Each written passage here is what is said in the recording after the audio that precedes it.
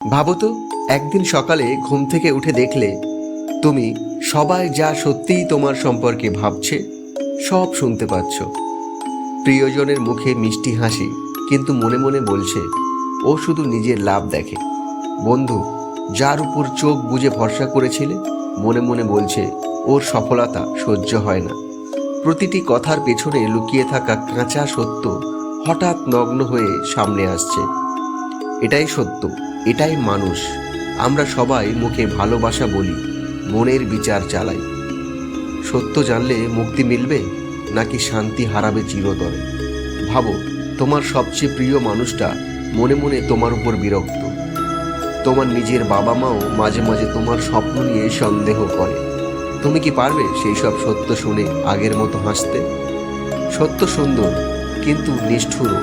তাই হয়তো ঈশ্বর আমাদের মন পড়ার ক্ষমতা দেননি, কারণ না জানাই কখনো কখনো সবচেয়ে বড় আশীর্বাদ। আপনি কি মনে করেন?